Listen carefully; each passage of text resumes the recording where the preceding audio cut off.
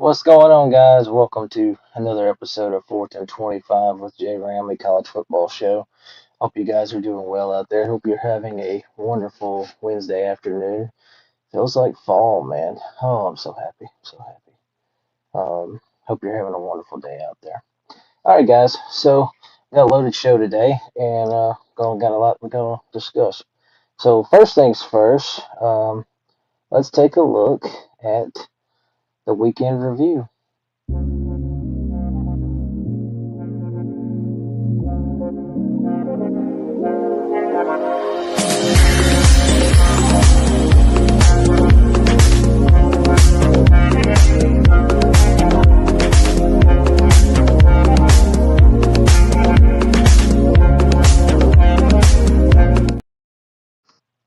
All right, guys, weekend review.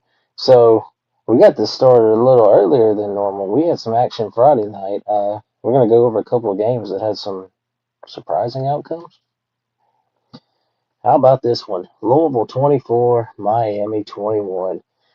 The Cardinals get the upset on the road over the second-ranked Hurricanes. There's the Schellenberger Trophy, named after Howard Schellenberger, the legendary coach at Louisville and Miami. It looks like his pair of cowboy boots he was known for. Okay, but anyway, Louisville gets the big win here. Miller Moss, 248 yards through the air, 2 touchdowns. Isaac Brown, 113 rushing yards. Chris Bell, a Mississippi product, he had a heck of a game, 136 yards receiving, 2 touchdowns. Louisville's defense, 4 interceptions. They picked off Carson Beck 4 times. Carson Beck made some bad mistakes, some poor throws in his decision making, but Louisville defense gets 4 picks. Miami has 9 penalties. Louisville outrushes Miami 119-63. Big win for the Cardinals. Brian Brom, huge win for him. Miami's first loss of the season. I don't mean to pick on Miami, but I kind of was wondering when they were going to get bit because I did not believe they were going to go 12-0, and it happened here against a really good Louisville team. So big win for the Cardinals, and we'll see how Miami bounces back. They got Stanford this weekend. So, all right, next up. Also on Friday night, did you see what happened in Minneapolis? Minnesota 24, Nebraska 6. Did not see this coming. I ain't gonna lie to you. I probably should have seen Minnesota win coming, but I didn't. Darius Taylor, what a game. 148 yards rushing. He had a touchdown. Minnesota's defense, though, was a big star here. 9 sacks by the Gophers. Carter Mintz and Anthony Smith had 2.5 of those apiece. Third down, Nebraska was 3 of 11. Total yards, Minnesota 339, Nebraska 213. Wow. Great job by the Gophers defense. They run the ball for 186, held Nebraska to 36 yards, 1.2 yards a carry. Nebraska had 6 penalties. Minnesota shut them down. Minnesota shut Nebraska down. This was a phenomenal performance by their defense and that running game. Big win for PJ Fleck's ball team. 9 sacks, though. That's impressive. Nice job by the Gophers as they get the win over Nebraska. We'll see how Nebraska rebounds. They've got Northwestern on tap. All right, so let's move into what happened this past Saturday, shall we? All right, Saturday, we'll start with what happened in Athens. Georgia wins a shootout over Ole Miss 43-35. Ole Miss had a 35-26 lead in the fourth quarter and then went cold as Georgia made a 17-0 run. Hang on here. Sorry about that. Gunnar Stockton plays phenomenal. 289 yards passing. Throws 4 touchdowns. Runs for 59 and a score. The man ended up with 348 yards. 5 touchdown passes. Hey, Andrew. Let's go. Yes, sir. All right. Gunnar Stockton, 348 yards of offense. 5 touchdowns. Seems like in the fourth quarter, Ole Miss just went cold. The offense was playing so good. And then in the fourth quarter, they just froze. Defense did not have an answer. They could not stop Georgia. Shout out to Georgia tight end Lansing Lukey, 5 catches, 3 touchdowns. Awesome job by him. Georgia outgains Ole Miss 510-351. Rushing game, Georgia 221, Ole Miss 88. They shut the Rebels running game down and made Ole Miss throw the ball. And Ole Miss did pretty well throwing the ball. But couldn't hold the lead, and Georgia just took over. And the Dogs get a huge win. Tough loss for Ole Miss. Does not eliminate them, obviously, in the playoff race or anything like that, but they've got to rebound quickly because they're at Oklahoma this weekend. All right. Georgia's on a bye week as they prepare for Florida. All right, next up, let's head to Fayetteville, Arkansas, and my favorite troll of the week. Texas A&M wins a shootout over Arkansas 45-42. This game was pushed back a couple hours because of some severe weather in the Fayetteville area. A&M first 7-0 start since 1994 when they went 10-0-1. Texas A&M has won 13 of the last 14 in this phenomenal series. I hate that it's supposed to only be twice every 4 years, but oh well. A&M scored on 7 of their 9 completed drives and it with 497 yards of total offense. Marcel Reed throws for 283 scores, runs for 55 in the score, totaling 335 in total offense, 4 total touchdowns. Arkansas actually outgained A&M in this game 527 to 497, but just couldn't capitalize. A&M kept the ball for 33-48. 16 combined penalties. Arkansas had 9 of them. Arkansas run the ball for 268, A&M 217, but they just couldn't complete it.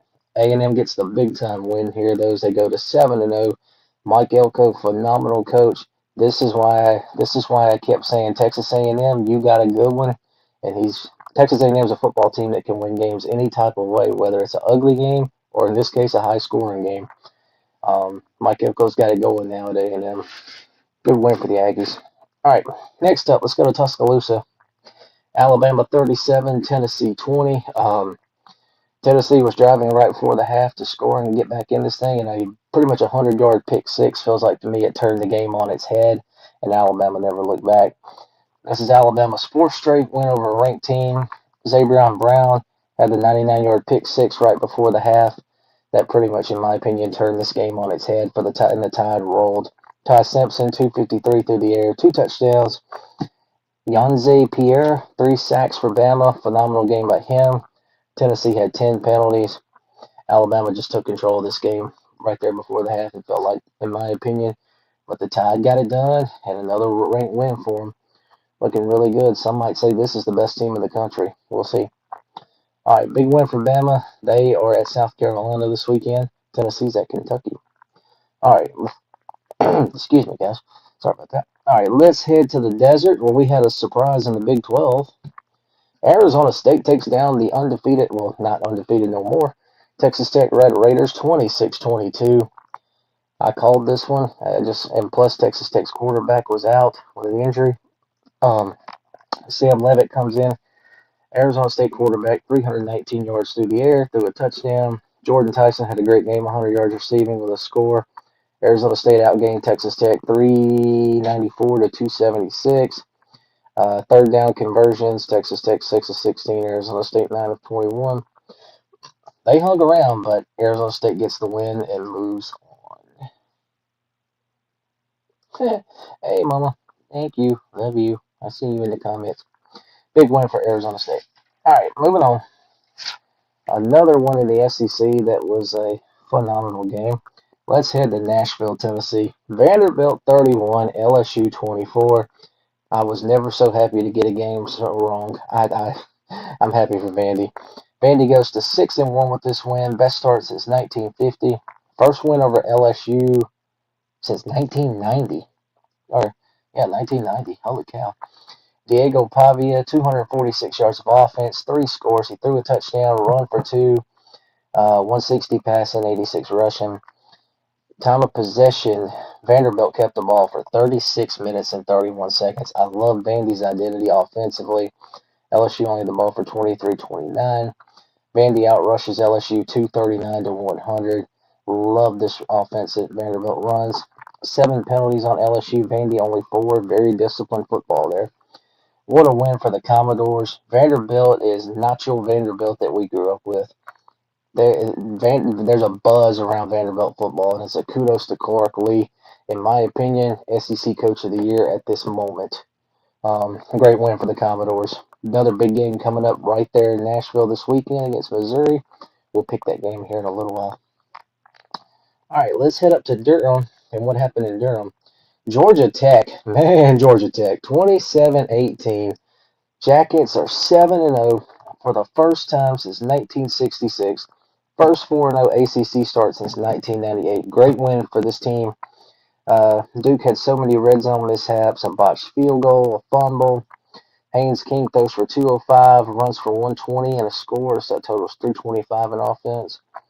Duke had 8 penalties, rushing yards. Georgia Tech 171, Duke 68. Great win for the Jackets on the road, 7-0.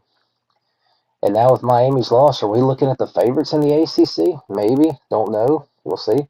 But great win for the Jackets on the road in Durham. All right, next up, let's go to South Bend. Notre Dame 34, USC 24. I don't care if you like Notre Dame. I don't care if you hate Notre Dame. Notre Dame's hot. This is a hot football team. They look incredible. This was a good team they played in USC, too. Jeremiah Love, 228 on the ground, a touchdown, 9.5 yards a carry. USC turns the ball over 3 times. Notre Dame 32-58 in time of possession. USC 27-02. Notre Dame had 306 yards rushing, and they held USC to 68 yards. And Notre Dame's Jadarian Price had a 100-yard kickoff return touchdown that was big in this game, too. But Notre Dame was down. They come back. They got it done. This team is hot. They look great. They're on a winning streak. I don't think they'll lose again. I think you're looking at a 10-2 team that'll be in the playoff, whether you like it or not. Just saying, I think they will be a playoff team. Notre Dame looks good. They're hot now. 34-24 the final there. All right, moving on. The Holy War. Man, I love this rivalry. If you've seen me on social media this past week, I have been praising and talking so good about this game because it never fails to disappoint. This was no exception. BYU 24, Utah 21. Utah was actually favored, but I feel like BYU is the most disrespected team in the country, and they continue to win. BYU 7-0, 3 straight wins in this series. First time since they won 4 straight from 1989 through 1992. LJ Martin runs for 122 yards. Their quarterback, Bear Buschemeyer, with the number 47, which is hilarious. He throws for 166 and a touchdown, runs for 64 and a touchdown.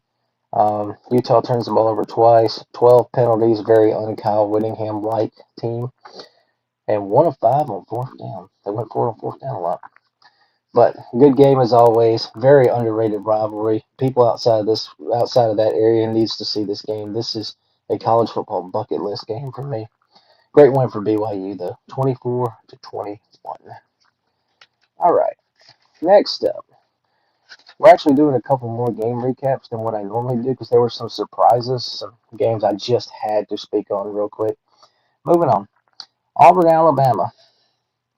Missouri 23, Auburn 17 in overtime. What a game. I'm not going to lie. I thought Auburn was going to get them. I thought this was a good spot for Auburn to get an SEC win. Nope. Auburn goes 2-11 in their last 13 SEC games. Under Hugh Freeze, 5-15. Freeze, your seat's getting hot, brother. Bo Pribula, 252 yards passing. He has a touchdown rushing. Third downs, Mizzou was 8-17. Auburn 6-16. Auburn had a chance to win it on a field goal. Did not work. Went to overtime, and Mizzou gets it done 23-17, your final. Good game. All right. A game that I did not pick last week on the show because I just didn't think it needed to be talked about. I was wrong. Texas 16, Kentucky 13. Good grief. I knew Texas's offense was not as good, but man, this was bad. Shout out to Texas defense though. Colin Simmons at linebacker, 3 sacks. He had a really good game. But guys, Kentucky outgained Texas 395 to 179. That is wild. Texas had 7 penalties. Kentucky kept the ball for 39 minutes and 23 seconds. That is unreal. Kentucky should have won this football game. Point blank, Kentucky should have won. You go to overtime at 13 and you go for it on 4th down and they don't get it, and then Texas kicks a field goal and gets out of there with a win. But hey, you got to win the ugly ones too, right?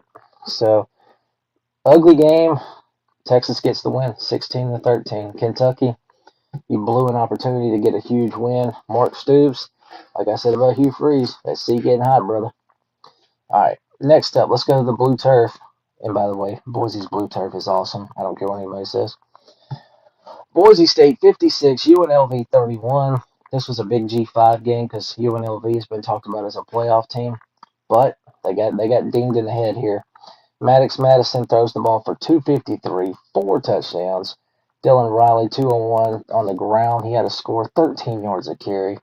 He's getting Ashton Jenny vibes. I don't know about y'all, but he's giving me Ashton Jenny vibes. Third down conversions, UNLV was held to 4 of 13. Boise was 6 of 11. A lot of offense in this game. Boise had 558 yards of offense. UNLV 476. But I love the 1-2 QB running back combo of Maddox Madison and Dylan Riley, and it shined in this game. Great win for Boise State. Don't be shocked if we see these two again in a few weeks in the Mountain West Championship game. All right, final game.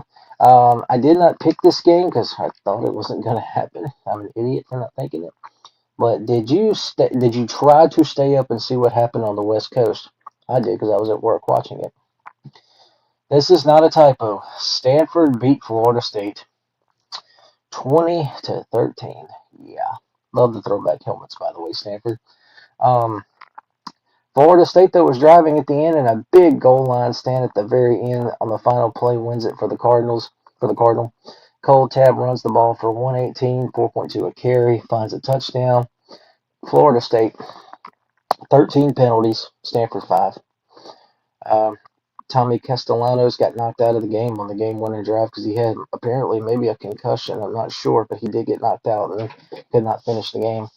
So the poor backup had to try to help him. But anyway, Florida State, ugly game, ugly performance. Mike Norvell's seat, we don't know what's going to happen there, but obviously the rumblings are picking up in Tallahassee. Great win for Stanford, though. Frank Wright gets another ACC win for his football team. Great job by Stanford. Okay, so we're going to move on and talk about our players of the week. Let's start with offense. JRAM's offensive players of the week. Here you go. We got Monty Quinn running. Listen to this story. I don't normally highlight D2 and D3, but this performance had to be talked about. Monty Quinn, running back at Curry College, and they went over Nichols. This man had 20 carries the whole game, 522 yards rushing, 7 touchdowns. The man averaged 26.1 a carry. I almost want to ask, did he score every time? But obviously he didn't. But that is unreal. What a game by that young man. Chris Bell, the Louisville receiver, I talked about him. 9 catches, 136, 2 scores in the win over Miami. Alonzo Barnett III, quarterback at James Madison. He has a heck of a ball game. He throws for 295 and 2 scores while running for 153 and 4 scores, totaling 448 yards of offense and 6 touchdowns. Jeremiah Love, we talked about him, 24 carries, 228, a score, 5 catches, 37 for the Irish in their win over USC. Gunnar Stockton of Georgia, he gets a player of the week nod, throwing for 289, 4 scores, running for 59, and a score, totaling 348 and 5 touchdowns. Heck of a performance by Gunnar Stockton. I don't know how you can dislike Gunnar Stockton, in my opinion. He is a great football player. All right, now let me find. I've got one more, but I got to find the picture real quick. Oh, here it is. No, that's not it. I'm sorry. Is it this one? Oh, hold on. Let me find it. I missed an image. I apologize. Oh, here we go. Here's the rest of them. All right, so we got Iverson Hooks, wide receiver at UAB. He had a great game against Memphis. 11 catches for 172, 3 touchdowns. Anthony Hankerson of Oregon State. He had 204 yards rushing, 4 touchdowns. Dylan Riley, Boise State running back, 201, a touchdown. We talked about him. And look at this duo at the bottom. Seth Bangura and Duncan Brune of Ohio, and their win over Northern Illinois. Bangura runs for 147 and 3 scores, and Brune runs for 126 and 2 scores. That is my offensive players of the week. All right, defensive players of the week. Here we go. All right, Carter Mintz, D lineman at Minnesota, and the win over Nebraska. We talked about their game. 7 total tackles, 4 solos, 2.5 sacks, 2.5 tackles for loss. Yanze Pierre of Alabama, the linebacker, great game. 6 total tackles, 5 solo, 3 sacks, 3 tackles for loss, and their win over Tennessee. Elijah Hardy, linebacker at Indiana, great game against Michigan State. 8 total tackles, 5 solos, 2 sacks, 2.5 tackles for loss. We got a lot of linebackers this week. Cole Kozlowski of UCF hit 11 total tackles, 8 solos, a sack, and a tackle for loss for the Knights in their win over West Virginia. Buffalo defensive end Kobe Stewart in their win over UMass. He had 10 total tackles, 2 solos, 1.5 sacks, 3 tackles for loss. UConn linebacker Brian Parham against BC, 14 total tackles, 9 solo, 2 sacks, 2 tackles for loss. And finally, Mac Harris of USF. We've talked about this young man. He's having a great season in Tampa. 10 total tackles, 8 solos, 1.5 sacks, 2.5 tackles for loss. All right, next up, special teams. As we put a bow on this, special teams players of the week. We got the Virginia punter Daniel Sparks and their win over Wazoo. 6 kicks, 53-yard average, 3-1 inside the 20, long of 63. Florida kicker Trey Smack had a good game in their win over Mississippi State. Made all 3 of his field goals, long of 54, 2 for 2 on extra points, 11 points total. UCLA punter Will Carroll, I hope I said that name right, against Maryland, 7 punts, 48.1 yard average, 2 touchdowns, 2 went inside the 20, long of 61. Arizona State kicker Jesus Gomez, I think his name's pronounced differently, but I'm just going to say Jesus Gomez, against Texas Tech, 4 for 4 on his field goals, long of 47, 2 for 2 on extra points, 14 total points. Punter Ethan Croft, TCU. That game was wild and high scored in their win over Baylor. I don't know why I put him on here, but he had a good game. 6 punts, 48-yard average, had a touchback, 3 inside the 20, and a long of 60. Kicker Noah Grant of FIU and their win over Western Kentucky. 4 for 4 on his field goals, long of 51, 1 on 1 on extra points, 13 points total. And then finally, I got one more. Let me find him. I lost my image. Oh, here it is. Julian Gray, kick returner at Liberty, and their win over New Mexico State. He had 3 good returns for a 43.4 yard average and had a 96-yard touchdown. All right, guys. So that is a wrap for the week of this past week. All right, we're gonna take a break here real quick, and we come back. We got more head coaches fired.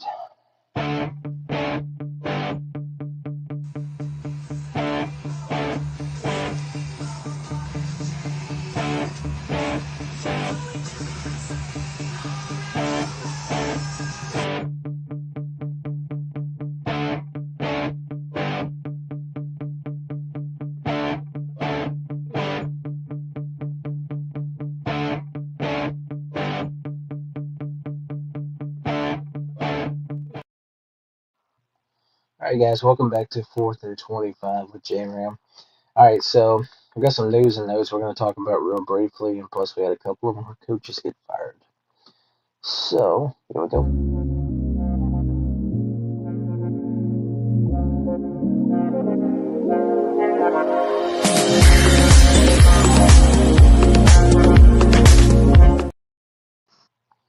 All right, guys. Oh, and my rankings. Duh, I knew I'd forget something. So, but before we do rankings, we'll get into news and notes. Okay, so interesting little story here from the CFP committee. Randall McDaniel, committee member, is stepping away from the 2025 season due to personal reasons, but will return in 2026. If you want to know who Randall McDaniel is, an Arizona State graduate, he was a guard there from 1984 through 1987. Helped them win the 1986 Rose Bowl, and he's in the College Football Hall of Fame. Okay, so coaching news. I hate talking about this in October, but it's unfortunately the reality of where we are in college football. So we're going to start with Florida State. Mike Norvell is not fired, but they will make a decision on him after the season. Amid speculation, Florida State's athletic director Michael Alford said that a comprehensive review of the program will happen when the season is over. They opened the year with the win over Alabama, got to 3-0, and now they've lost 4 straight, and they are 0-4 in ACC play. So things are not looking good in Tallahassee. It just feels like I don't want to say a dead program, a dead season, but things are not going good in Tallahassee. This sounds like to me that Norvell will finish the year, and then maybe they're going to pull the rug on him. I'm not sure, but anyway, seat's very warm there. Okay, so firings.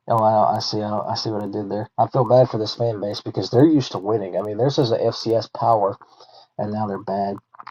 Number 3, I've got Murky, Tennessee, which is Middle Tennessee, 1-5. At least they didn't lose to bye week. So we've got Oregon State checking in at 4. The Beavers at 1-7. Yes, they did beat Lafayette, but they even trailed that game at 1 point. Oklahoma State's at 5. The Cowgirls are 1-6. I remember when Oklahoma State getting blown up by Cincinnati would have been laughable, but now it's a sad reality. Number 6 is Penn State, who's lost 4 in a row. They're 0-4 in Big Ten play. Hard fought game at Iowa, but good grief, what a fall for this program. Charlotte checks in at 7 at 1-6. I put the Charlotte 4.9ers. They even made Temple look good, y'all. All right, number 8, I've got Northern Illinois at 1-6. Thomas Hammock, what has happened to your team? Number 9, Boston College. The Tweety Birds are 1-6. You know what they're actually called. You got blown up by UConn, who ain't bad, but this is still stunning to see BC getting whooped by UConn. And number 10 is Nevada. They're actually the Wolfpack, but I call them the Yorkies when they stink. They're 1-6. Hard fought game against New Mexico, but you're still 1-6. All right, so that is the bottom 10 and the top 25. So, next up, we are going to make our week 9 predictions. Good pace of the show, moving a little quicker than normal. We've moved here lately. But we're going to take a quick break, and then we come back, guys. We're going to jump into it and start picking some games. See y'all in a minute.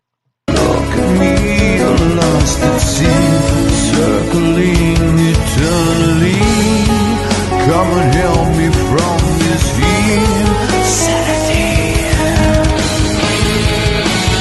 Where am I disgraced? I hate to see your face. I wanna see you drown in your sorrow. You know I'm not the same. I'm fading away. I'm falling into my grave. All right, guys, welcome back to 4th and 25 with J-Ram. Good show, good pace today. All right, so we reviewed the week. We did rankings, players of the week. We talked about the coaches getting fired. So it's time to hit the main part, the final part of the show. It is time to make some predictions for you fine folks. So we normally do 10 games. Some of these are hard to pick as the season goes on. But I also do a thing where I show some other games I picked. I don't have the image, so I'm just going to read these out to you real quick. Tonight, we actually got 2 games, so I'm only picking one of them. I like New Mexico State over Missouri State. Missouri State's a 2-point favorite, but I'm going to take the Aggies at home in that game. Friday night, Cal, Virginia Tech. Sneaky good ACC game? I don't know. Virginia Tech is actually favored by 4.5 at the very moment, but I'm going to take Cal because I like the defense and I like the QB. I know it's a trip across the other side of the country, but I think Cal becomes bowl eligible. And then on Saturday, we've got 8 games here real quick. I'm going to take Nebraska to beat Northwestern and get their season back on track. They're a 7.5-point favorite. I think they're going to take out some anger on Northwestern, who's actually 5-2 also. SMU at Wake Forest. I'm going to take SMU to win this game. They're a 3.5-point favorite. Don't get caught though. SMU beat Clemson last week on the road. I know Clemson's bad. I know Clemson's fallen from grace, but I think SMU wins this game and becomes bowl eligible. Auburn and Arkansas. Hogs are now a 1-point favorite, so I'm afraid freezes on a time clock. Arkansas wins this game. I think Arkansas will beat Auburn. Yeah, I'm gonna take Arkansas in a close one, but Arkansas's offense might be a little too much because Auburn does not have offense. Utah State, New Mexico. This is actually a good game in the Mountain West. Lobos are a 2.5-point favorite. I'm gonna go with the Lobos. I like them at home. I like what they're doing offensively. Should be a good game. Toledo's at Washington State. Weird kind of game to have this time of year, but Wazoo is an independent right now. Wazoo's a 1.5-point favorite. The Cougars have offense. They have physicality. Toledo is a stunning 4-3. They've lost a couple games I would have ever thought they would have lost. Give me Washington State. So I think Washington State there. Baylor at Cincinnati. Cincinnati's a 4.5-point favorite. I'm going to go with the Bearcats at home. I think they'll take care of Baylor. Texas, Texas at Mississippi State. Saturday, this is I believe, a 3 o'clock game. This is homecoming in Starkville. Guys, Texas's offense is not good. They do not look good. Their defense is what's carrying them. If Mississippi State had played it right, in my opinion, at the end last week, State kicks a field goal and beats Florida and ends their SEC losing drought, but State blew it.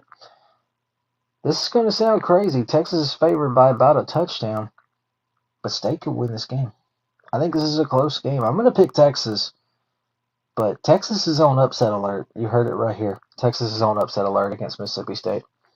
And then finally, the last game on this list, I've got Georgia Southern and Arkansas State. This is a good Sun Belt game. Arkansas State's a 2.5-point favorite. I'm going to go with the Red Wolves to get their second straight conference win. Okay, so let's move back on to our big game predictions for our 10 games I chose. I hope I picked the 10 best, but we'll see. There's actually three.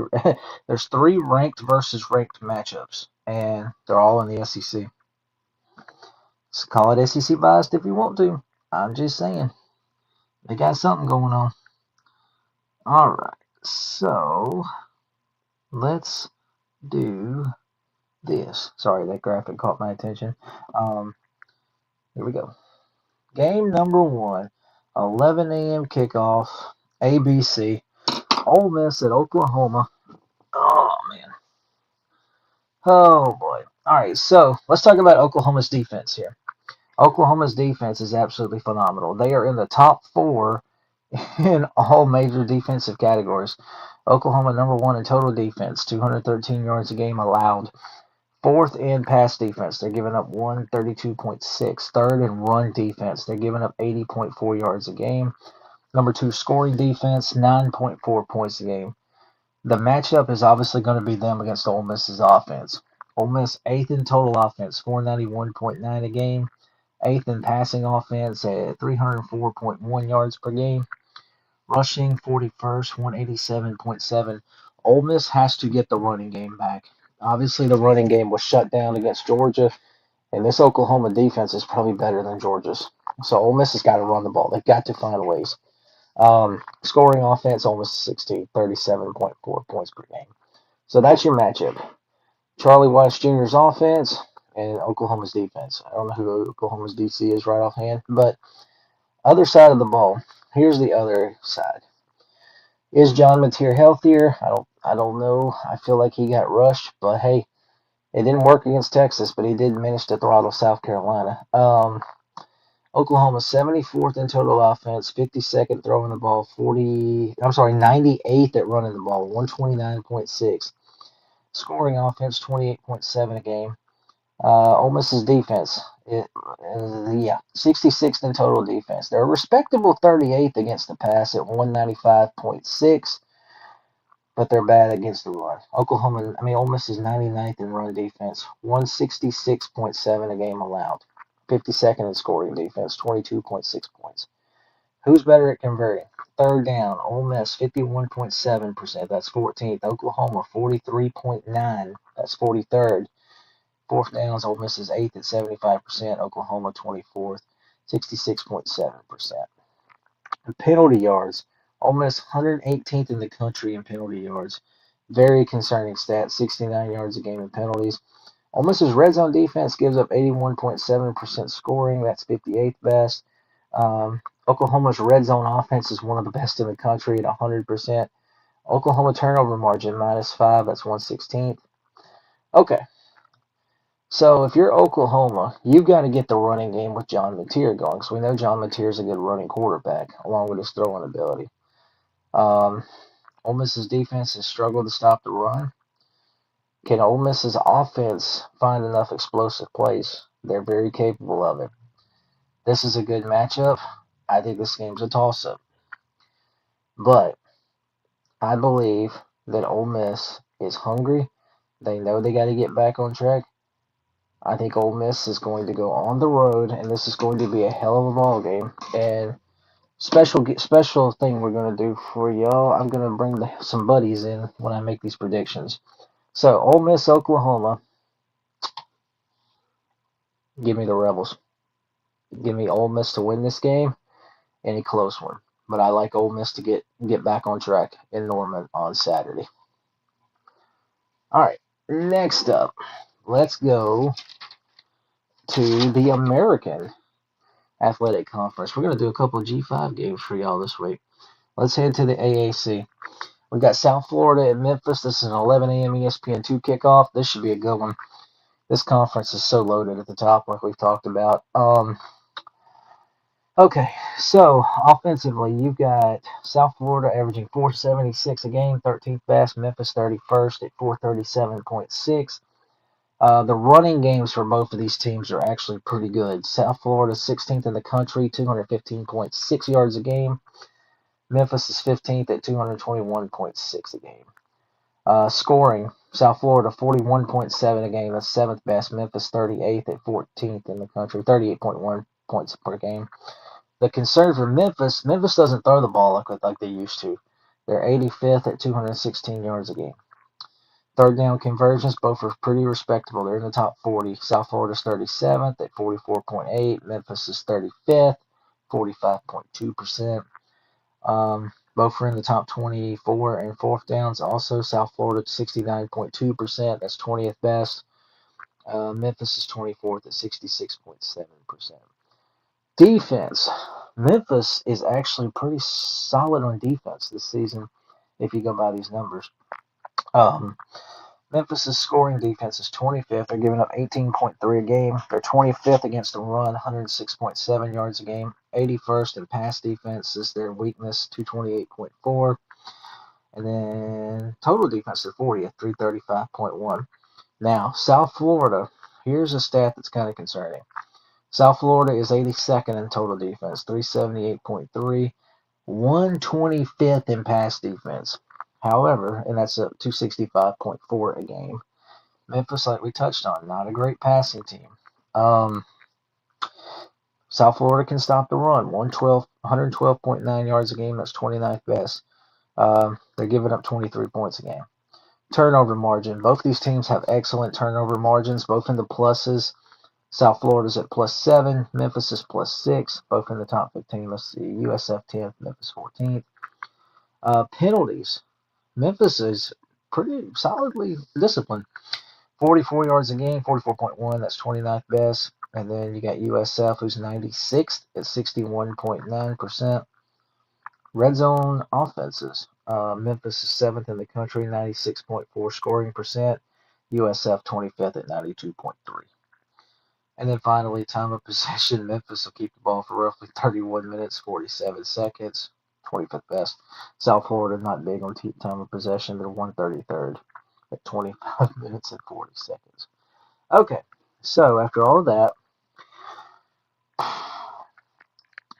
I'll be interested to see the atmosphere for this game. Memphis obviously took a shocking loss to UAB last week, so I don't know where Memphis's head is. And it better be back on because this is a good team coming in. I love the talent pool here. I love the dual threat QB. Mac Harris is a stud at linebacker. I'm just going to go with who I think is the better team in this game. So I think it's a close game. But I'm going to go with the South Florida Bulls to win this game. So give me South Florida over Memphis. Okay. Next up, we're going to, on these games, we're doing a couple of rivalry games that I enjoy for fun and giving them a shout out. So let's head to Lawrence, Kansas. We got the Sunflower Showdown. We got Kansas State at Kansas, 11 a.m. TNT kickoff. Jayhawks 2.5-point favorite. And by the way, I don't know if I mentioned it, but South Florida's favored over Memphis by 4.5, and I think Oklahoma's favored by 5.5 on Ole Miss. So anyway, here's the matchup. Kansas State, Kansas. Sunflower Showdown, great rivalry. Offensively, Kansas looks to be a little bit better.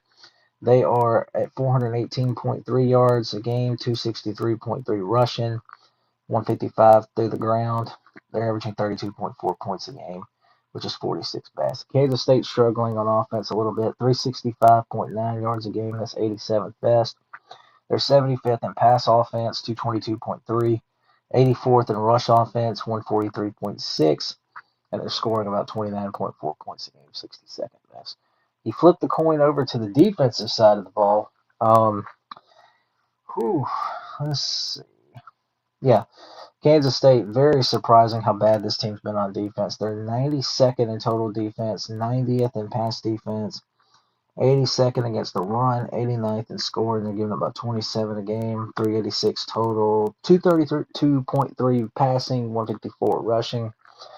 Kansas, on the other side, 99th in total defense, 51st in pass defense, 119th in run defense, 188.3 yards a game, 63rd scoring, 23.6. Turnover margin, Kansas State's at +6. Penalty yards, yeah, both teams not bad on penalties. Kansas State's ninth at only 33.4 penalty yards a game. And then you've got Kansas at 24th, 41.3 penalty yards a game. Red zone offense, Kansas State 16th, 95.2 scoring percent. Kansas defense, 127th in the red zone, 95.5 scoring percent. Okay, so love this matchup. I love this rivalry. It's another great one. However, I'm a little shocked to see Kansas State where they are because some people thought this was going to be the Big 12 champion. Some people picked them to win the Big 12. But I'm going to go out here and say I like the home team. So, maybe it should be a solid game, though. Give me Kansas. I like the Jayhawks. Give me them good old Jayhawks. I'm going to take Kansas to beat Kansas State. All right, next up, let's hit the road and head for Nashville, Tennessee again, just like last week. Missouri and Vanderbilt, 2-6-1 teams, top 15 clash, I believe, top 20 clash. 2:30 ESPN kickoff from Music City. Man, oh man, look at the comparisons here. You've got the number 10 scoring offense, or number 10 total offense in the Missouri Tigers. Vanderbilt 25th in total offense. Passing offense, Missouri's 59th, Vanderbilt's 57th. The running game is the strength of these two teams on the offense. Missouri is 7th in the country, 244.9 a game. Vanderbilt 21st at 213 yards. They can score a ton of points. Missouri is 12th at 39 points a game. Vanderbilt is 8th at 41.4.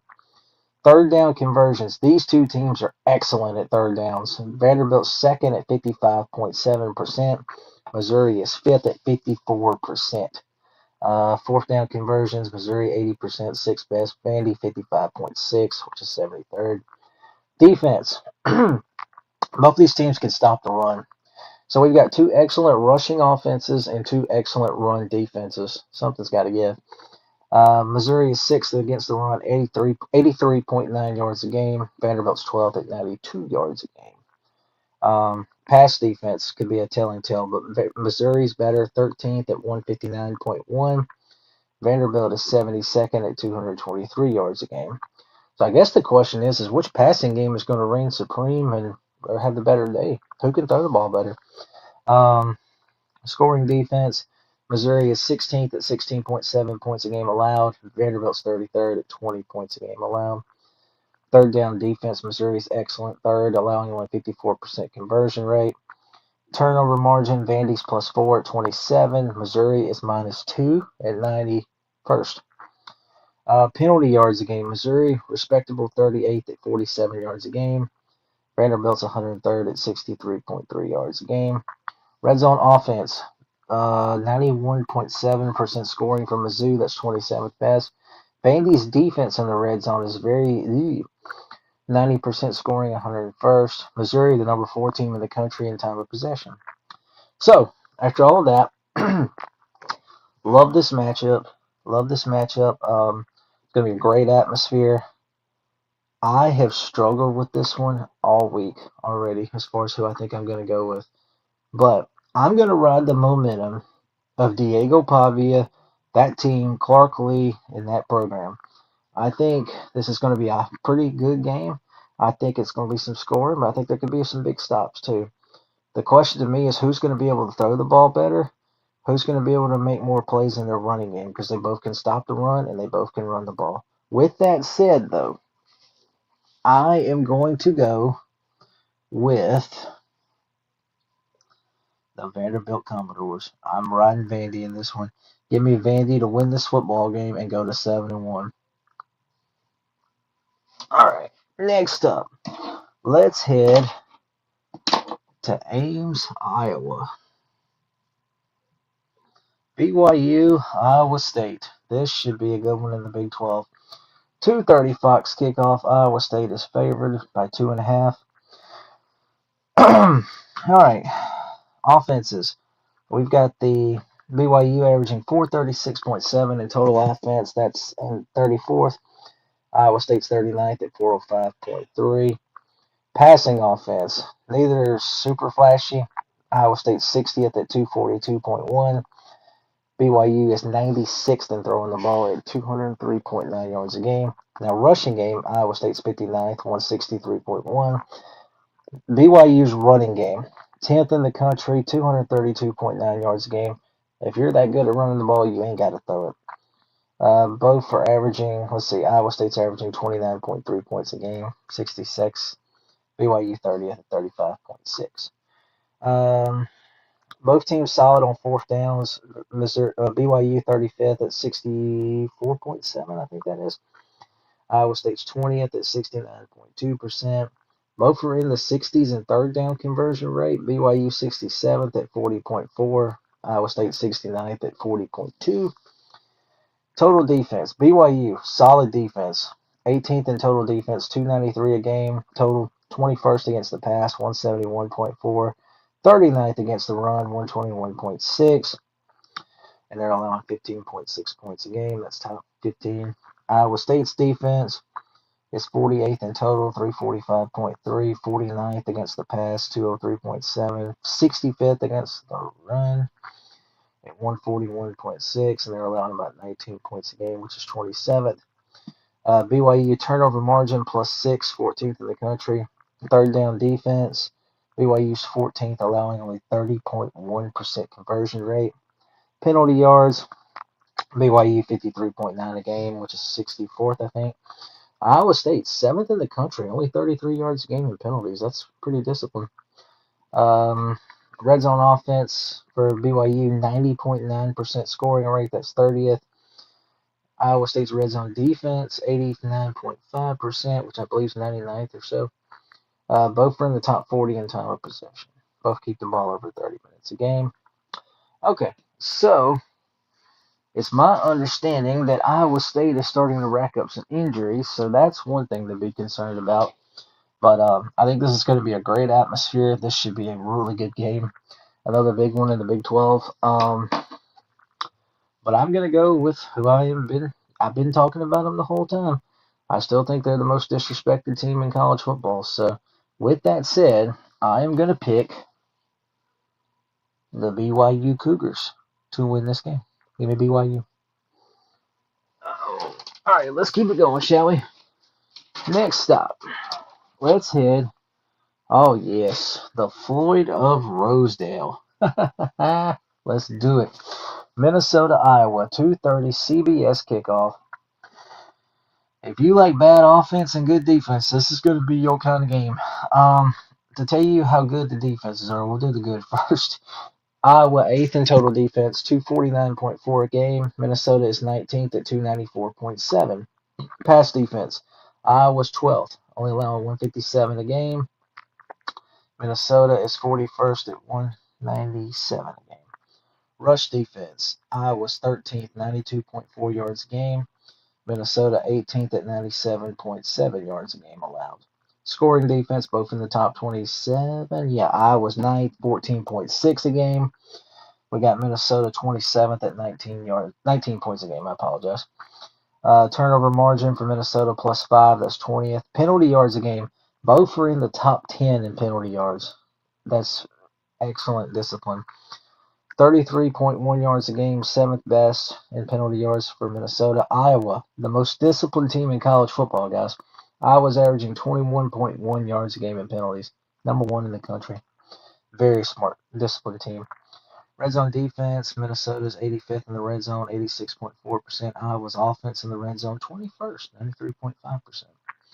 Okay, So, with that said, Minnesota off the big win over Nebraska. Iowa took down Penn State. Both these teams are 5-2. Somebody's got to get bowl eligible. They play for the Floyd of Rosedale, a beautiful bronze pig trophy. I should have shared a picture, but oh well. Great rivalry. I love it. I love it. This is going to be a fun day. It's going to be a fun game on CBS. And I am going to pick the Iowa Hawkeyes. I like Iowa. Low scoring game, and I did not read the offenses off, but Minnesota's 107th in total offense. Iowa's 118th. Um, Iowa's 132nd in pass offense. Minnesota 82nd. Minnesota's 108th in running the ball. Iowa's a respectable 34th at running the ball. So also, I think the running game will help Iowa. And yeah, and where's the scoring offense? Oh, 59th for Iowa, 79th for Minnesota. But yeah, low scoring physical game, great rivalry. Give me Iowa to win the Floyd of Rosedale. All right, next up, let's head to the Pacific Northwest for this showdown. We've got a couple 5-2 teams also. Illinois at Washington, 2:30. This is a Big Ten Network telecast. Illinois was off last week, so we've got two solid passing offenses. Washington's 33rd at 269.6 a game. Illinois is 40th at 264.4. Running game, huge advantage for the Huskies. They're 57th at 167.6 yards a game. Illinois is 112th at running the ball, 118.7 yards a game. As far as total offense, Illinois is 383.1, 70th percent. Washington 33rd at 437.1%. Scoring offenses, both are in the top 37. Washington's 35th at 34.6. Illinois 37th at 34 points a game. Washington number 11 in third down conversions, 52.5%. Fourth down conversions, Illinois is much better at 12th at 72.7%.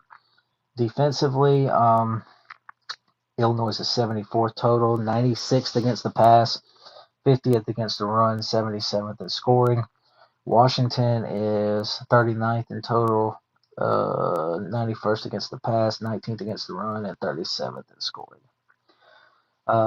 Illinois 38.9 penalty yards a game, 17th best. Third down defense, they're 119th, 45.1%. Red zone offense for Washington is 38th, scoring 89.7% of the time. Illinois' defense in the red zone is 113th at 91.7. All right. So, with that said, I'm going to go with my gun on this one. This should be a good game in the Northwest, but I'm going to go with just who I think is the more talented team and the better offense. I like Washington. Give me the Huskies to beat the Illini.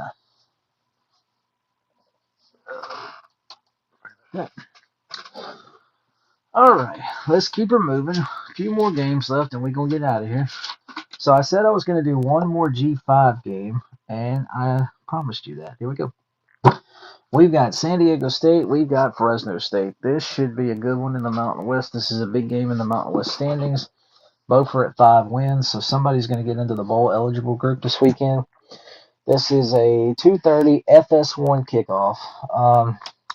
The story here is defense. San Diego State 9th in total defense, 14th against the pass, 20th against the run, 5th in scoring. They're only allowing 12.2 points a game. Yeah, 12.2 points a game. 261.3 total yards. They're 20th, allowing 100 yards rushing pretty much, and 161.2 in passing, 14th best. And then you look over at Fresno State on the defense, 27th against total, 311.9. They're 36th against the run, 38th against the pass. 64th in scoring is a little troubling, 23.7%. Third down conversions for their offenses, Fresno much better, 43rd at 43.9. San Diego State 98th at 36.7. Offensively, Fresno State a little better team here. 71st at 381.9. San Diego State is 78th at 369.2. Passing offenses, San Diego State's terrible, 105th at 189. They're 47th, though, at running the ball, 180.2. 52nd in scoring offense, 30.7 points a game. Fresno is scoring 29.3 a game, 66 best, 163.6 rushing, 58th, and then 80th in passing, 218.3. A couple other little stats. Turnover margin, San Diego State much better, +4 at 27th. Fresno 101st at -3. San Diego State, sixth best defense in the country in third down conversions, only allowing 26.6%. That's really good. Red zone defense, they're seventh at 71.4% scoring allowed. Fresno is 108th in red zone offense.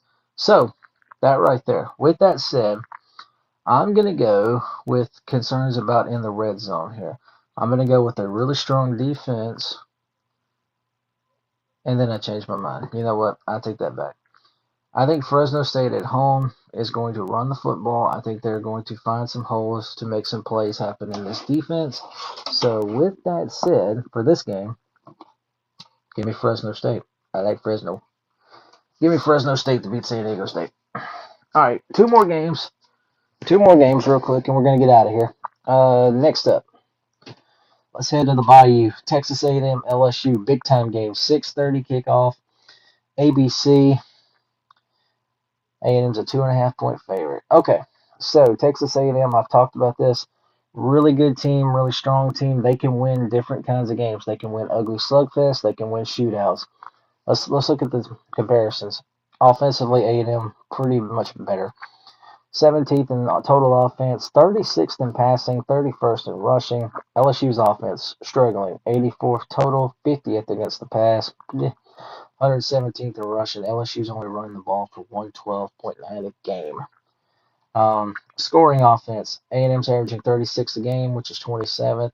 LSU's 86th at 25.6. So offensively, yeah, A&M's got the edge. Fourth down conversion percentage, LSU is third at 83.3%. A&M 24th at 66.7. All right, defensively, let's look at the comparisons. LSU a little stronger though on defense. Total defense, LSU's 26th at 311.6, A&M's 37th. I think it's 327.7. Sometimes I can't read my own handwriting. That's sad. Pass defense, LSU 32nd, A&M 46th. Run defenses, both are in the 40s. LSU's 40th, A&M's 47th. Scoring defense, A&M's 62nd, 23.4 points per game. LSU's still a top 10 scoring defense, 14.6 points allowed a game. A&M, very penalized team, 116th in the country, 67.4 penalty yards a game. Third down defense, A&M is second in the country, allowing 22.7% conversions.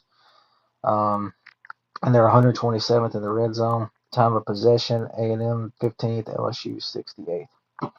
Okay, so this one has been tricky and has been on my mind. A&M is riding high at 7-0, looking like a really good team. And obviously with their eyes set on Atlanta, LSU seems to be in a free fall after this loss to Vanderbilt last week. Typically, a Saturday night in Baton Rouge, I feel good about LSU getting a win in these kind of games, but so I don't feel like that energy is there with LSU right now. So with that said, I'm going to do something that I don't rarely do. I'm going to pick the away team to win this game. Give me Texas A&M over LSU. It's going to be a close game, I think. But A&M, they're just a better team. Give me Texas A&M. All right. Finally, our final game of the night. Final game, and then we're going to get out of here. Let's head to the Big 12. We've got Houston, Arizona State, ESPN2 kickoff. This is a 7 o'clock game on ESPN2. Big time game. Houston is 6-1. Arizona State 5-2. They're a 7.5-point favorite. Houston right in the thick of the Big 12 race. Great job by Willie Fritz. So neither team's super flashy on offense. Houston 73rd at 380.9 yards a game. Arizona State 64th, 398.4 a game. Both these teams are in the 90s in pass offense. Arizona State 90th at 211.7. Houston's 92nd, 211.3. Rushing offense, both are a little better. Arizona State's 42nd at 186.7 a game. Houston 53rd at 169.6. Scoring offense, Houston 62nd, 29.4. Arizona State 82nd at 26. Third downs, both were struggling. Houston is 62nd, converting 41.1% of the time. Arizona State putrid. 117th in third downs, 34.3% conversion rate. Fourth downs, Arizona State's 41st, Houston 69th. Now flip over to defense. It's a little bit better numbers. Oh, I got to come. Okay, sorry about that. Defensively, total defense. Houston is 31st, 317.1. 37th against the pass, 43rd against the run, and they're 27th in scoring defense. Arizona State on their side of defense, 36 total, 60th against the pass. That's a little concerning. A good 27th against the run, 110.9 a game, 69th in scoring defense. A little concerning. Arizona State plus 6 turnover margin, 14th best. Houston 38th in third down defense, 35%. 15th in red zone offense, scoring 95.5% of the time. Arizona State number 3 in the country in time of possession, 34 minutes and 42 seconds. Okay, so as good of a story as Houston has been, I just don't think they're quite ready for this spot yet on the road in a big-time atmosphere. And Arizona State doesn't lose at home very often anymore. So with that said, I'm going to go with Arizona State. Give me Arizona State to win this football game. Oh, man. All right, guys. Great show. Great pace. Excellent. I appreciate those of y'all who have tuned in and listened to me, or even those of you who tuned in and just quickly left. I appreciate you at least giving me a view. I greatly appreciate it. Another week has come and gone in college football, and we've got another big week coming. So we'll be back next week like we always do with it'll be the week 9 review, and then we'll get into week 10. And if there's any more coach firings, we'll talk about that too. Okay, so we like to close out with a Bible verse, Psalm 34, verse 18.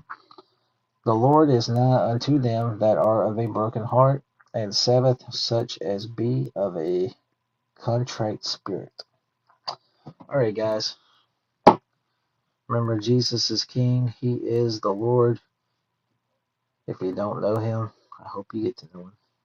Thank you guys so much for checking me out. I hope y'all enjoyed it. Thank you to Andrew, College Sports Villains, those guys for welcoming me into their family and letting me have this opportunity.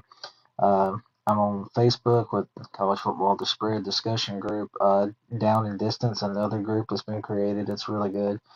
I'm also on Instagram at Jonathan Ramsey if you want to find me. And hopefully we're going to get this show going soon on Instagram, and I'd like to do some other stuff, maybe X, Twitch. We'll take a look and see if we can do TikTok, stuff like that.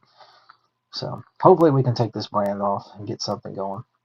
Appreciate you guys so much for your time. Thank y'all so much. Hope you have a wonderful rest of your day. Take care of yourself, stay safe, and God bless you.